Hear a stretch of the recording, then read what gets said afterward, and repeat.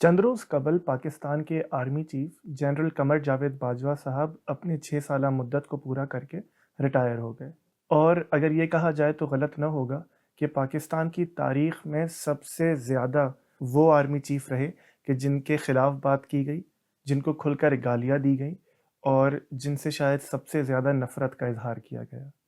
اور جب سے وہ ریٹائر ہوئے ہیں تو عمران خان صاحب اور تمام ہی سیاستدان ان کے خلاف کھل کر بول رہے ہیں۔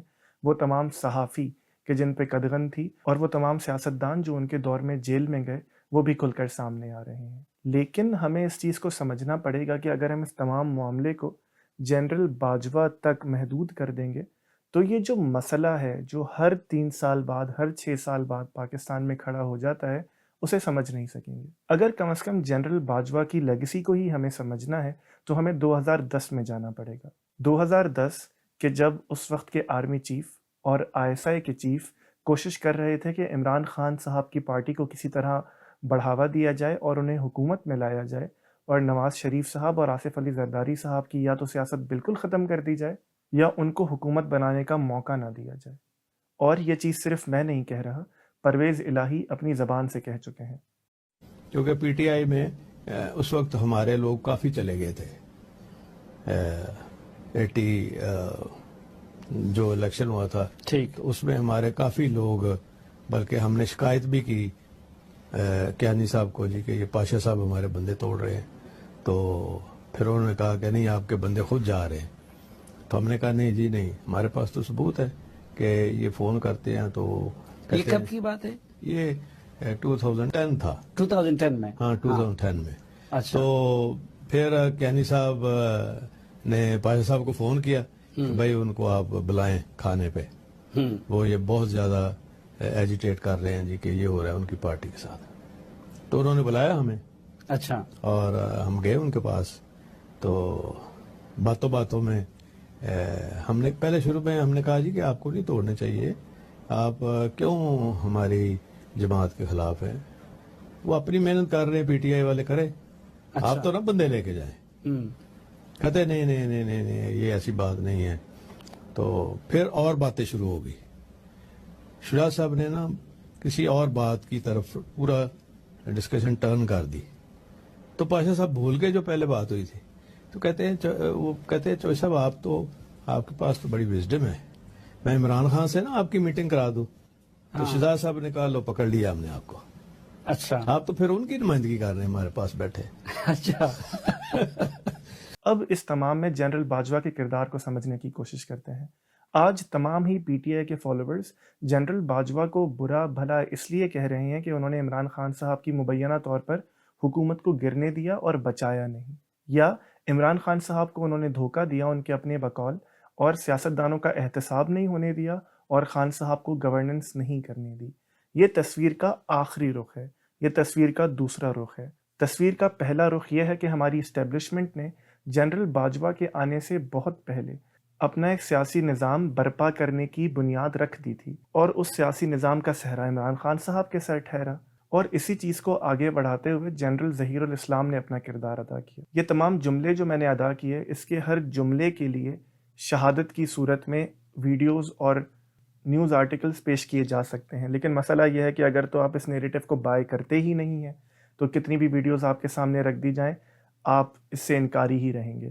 اور اگر آپ پہلے سے یہ معاملہ سمجھتے اور اسٹیبلشمنٹ نے جو کردار سیاست میں ادا کیا اس کو بھی جانتے ہیں تو آپ کو ویڈیو کی ضرورت نہیں ہے، آپ اسے گوگل بھی کر سکتے ہیں، یوٹیوب بھی کر سکتے ہیں۔ سمجھانے کا مقصد یہ ہے کہ باجوہ صاحب کی گردن میں یہ ذلت کا طوق تو آیا کہ انہوں نے سیاست میں کھل کر مداخلت کی۔ پہلی بار ہم نے ہائیبرڈ کا لفظ زبان زدے عام سنا، نہ کوئی حیا رہ گئی تھی کہ فوج کو سیاست سے دور رکھا جائے، نہ ہی یہ شرم ہوتی تھی کہ بار بار جنرلوں کا اور میجر جنرلز کا نام سیاستدانوں اور ججز کو پریشرائز کرنے میں آئے۔ لیکن جب جنرل باجوہ نے آرمی چیف کی حیثیت سے ٹیک اوور کیا، تب تک یہ تمام بساط بچھائی جا چکی تھی۔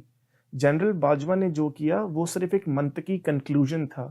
اس تمام کام کے ہونے کے بعد، سیاستدانوں کو گندا کرنے کے بعد، خان صاحب کی مدح سرائی کر کے ان کی پارٹی میں لوگوں کو لے کر آنے کے بعد، ایک ان کا کلاؤٹ بنانے کے بعد، یہ منطقی انجام تھا۔ لیکن یہ میں دوبارہ کہوں گا کہ یہ ذلت کا طوق باجوہ صاحب کے گلے میں آیا تو ان پر تاریخ ہمیشہ تنقید کرے گی، لیکن اگر تو ہم صرف اپنی توپوں کا رخ ان تک رکھیں گے تو ہم اس پورے مسئلے کو سمجھ نہیں سکیں گے۔ آج بھی جو یہ لوگ صرف باجوہ صاحب کو برا بھلا کہہ کر باقیوں کو اچھا کہہ رہے ہیں اور آنے والے آرمی چیف سے اچھی امیدیں رکھ رہے ہیں، انہیں یہ امیدیں رکھنی چاہیے، وہ رکھ سکتے ہیں، لیکن میرے خیال میں وہ انٹلیکچوئل ڈس آنیسٹی کر رہے ہیں کہ وہ تمام ملبہ ایک شخص پہ ڈال کر پورے ڈسکورس سے آپ کو دور کر رہے ہیں۔ تو جنرل باجوہ ایک استعارہ ہے، اس چیز کا استعارہ کہ ہماری فوج، ہماری اپنی بہت پیاری فوج سیاست میں نہ صرف مداخلت کرتی ہے، حکومتیں نہ صرف گراتی ہے اور نہ صرف بناتی ہے، بلکہ چھوٹے چھوٹے موقعوں پر حتیٰ کہ بجٹ میں ووٹ دلوانے کے لیے بھی اپنا کردار ادا کرتی ہے۔ یہ تمام چیزیں آپ کے سامنے آ چکی ہیں، بار بار دہرانے کی ضرورت نہیں ہے۔ تو اس حصے کا حاصل کلام یہ کہ جنرل باجوہ کو آپ نے جتنا برا بھلا کہنا ہے کہیے، لیکن وہ اس تمام منطقی کھیل کا استعارہ ہے۔ یہ ذلت کا طوق ان کے گلے میں آیا ہے، لیکن وہ واحد نہیں ہے۔ یہ ادارہ ہمیشہ ایسے کرتا رہا ہے اور میرے خیال میں آگے بھی ایسا کرے گا، مجھے کوئی امید نظر نہیں آتی۔ اب ذرا سکے کے دوسرے رخ کو دیکھتے ہیں۔ یہ تمام کام عمران خان صاحب کے لیے کیا گیا، ان کی سیاست کو بڑھانے کے لیے کیا گیا، ان کو حکومت میں لانے کے لیے کیا گیا اور روایتی سیاستدانوں کو اس پورے میدان عمل سے باہر نکالنے کے لیے کیا گیا۔ لیکن کیا عمران خان صاحب پہلے سیاستدان ہیں جو اس طرح استعمال ہو گئے؟ ہاں، ان پہ یہ تنقید ضرور بنتی ہے کہ جب باقی سیاستدان چیزوں کو سمجھ چکے تھے اور کوئی ان کی لیکن وہ واحد نہیں ہے۔ اسی طرح کہ جس طرح ہم صرف جنرل باجوہ کو بلیم کر کر، ان پر الزام تراشی کر کر، ان کو گالیاں دے کر پورے مدعے کو اور پورے ڈسکورس کو کوئی فائدہ نہیں پہنچا رہے، اسی طرح اگر ہم صرف خان صاحب کی طرف انگلیاں اٹھائیں تب بھی ہم پورے ڈسکورس کو فائدہ نہیں پہنچا رہے، تب بھی ہم صرف ان کی آڑ میں بے تحاشا اور سیاستدانوں کو ایک فری واک دے رہے ہیں کہ جب ان کا جی چاہے وہ تو استعمال ہو جائے، جب ان کا فائدہ ہو تو ان کا ٹویٹر بھی خاموش رہے اور سندھ میں ان کی حکومت بھی رہے۔ لیکن جب کوئی آپ کے خلاف یہ کام کرے، جب کوئی اور سیاستدان زیادہ جا کے ان کی مدد لے، تب تو وہ اسٹیبلشمنٹ کے ساتھ ہے اور آپ اسٹیبلشمنٹ کے خلاف ہیں۔ یہ ایک عجیب کھلا تضاد ہے کہ جسے ہمیں سمجھنا پڑے گا۔ اب ان دونوں باتوں کا حاصل کلام یہ، جیسے میں نے کہا کہ یہ دونوں صرف استعارہ ہیں، ہمارے اصلی مسئلے کے جواب ان دو سوالوں میں ہے۔ سب سے پہلا سوال کہ پاکستان میں حق کی حکمرانی ہے کس کو؟ کہ پاکستان کی عوام پر حکومت کرے گا کون؟ پاکستان کے معاشی، سیاسی، اندرونی، بیرونی، دفاعی فیصلے کون کرے گا؟ یہ سب سے پہلا سوال ہے۔ اگر تو ہم یہ کہتے ہیں اور اگر تو یہ ہم آئین پہ چلتے ہوئے مانتے ہیں کہ سویلینز نے یہ کام کرنا ہے، تو پھر فوج جو مداخلت کرتی ہے وہ آئین سے غداری کرتی، وہ آئین کو اپنے پیروں تلے روندتی ہے۔ کیونکہ یہ کہنا تو بہت آسان ہے، لیکن اب تک آپ گلی میں نکل جائیے، اب تک بھی جو لوگ خان صاحب کا ساتھ دے رہے ہیں وہ یہ سوچ کر دے رہے ہیں، یہ سمجھ کر دے رہے ہیں کہ ان سے بہتر آپشن نہیں ہے۔ ابھی بھی وہ حق کی حکمرانی باقی سیاستدانوں کا قبول کرنے کے لیے تیار نہیں ہے۔ ابھی بھی وہ ایک عوام کی، چاہے وہ 2% عوام ہو پاکستان کی، اس کی رائے دہی کے حق کو ماننے کے لیے تیار نہیں ہے کہ ہمارے لیڈر کے علاوہ کوئی کیسے ہو سکتا ہے۔ فیشزم کی یہ بنیاد ہے۔ سوال کو دوبارہ دہراتا ہوں کہ پاکستان میں حق کی حکمرانی کس کا ہے؟ اس کا کہ جس نے وردی پہنی ہے، اس کا کہ جو لیڈر ہمیں مسیحا لگتا ہے، یا ہر اس شخص کا کہ جسے عام نان بنانے والا، ریڑھی چلانے والا، پھل بیچنے والا، جھاڑو لگانے والا، کسی کے گھر پر جا کر کام کرنے والا، ان کے لیے کھانا بنانے والا ووٹ دیتا ہے؟ یہ وہ پہلا سوال ہے کہ جس کا جواب جب تک ہم نہیں ڈھونڈیں گے ہمارا مسئلہ حل نہیں ہوگا۔ اور اسی کے اندر دوسرا سوال یہ پیدا ہوتا ہے کہ ٹرانسفر آف پاور ہمارے ملک میں کس طرح ہوگا؟ کہ کیا جب ایک حکومت کے بعد دوسری حکومت آتی ہے، یا کہیے کہ جب ایک آرمی چیف کے بعد دوسرا آرمی چیف آتا ہے، جب تک اس کا میکینزم ہم طے نہیں کریں گے، یہ استعارے باجوہ صاحب کی صورت میں، عمران خان کی صورت میں ہمارے سامنے آتے رہیں گے، لیکن ہمارا مسئلہ حل نہیں ہوگا۔ تو جس طرح ہم نے یہ فیصلہ کرنا ہے کہ حق کی حکمرانی کس کے پاس ہے، اسی طرح اجتماعی حیثیت سے ہم نے یہ فیصلہ بھی کرنا ہے کہ یہ ٹرانسفر آف پاور کا عمل، چاہے وہ آرمی چیف کا ہو یا وہ حکومت کا ہو، وہ کس طرح طے پائے گا۔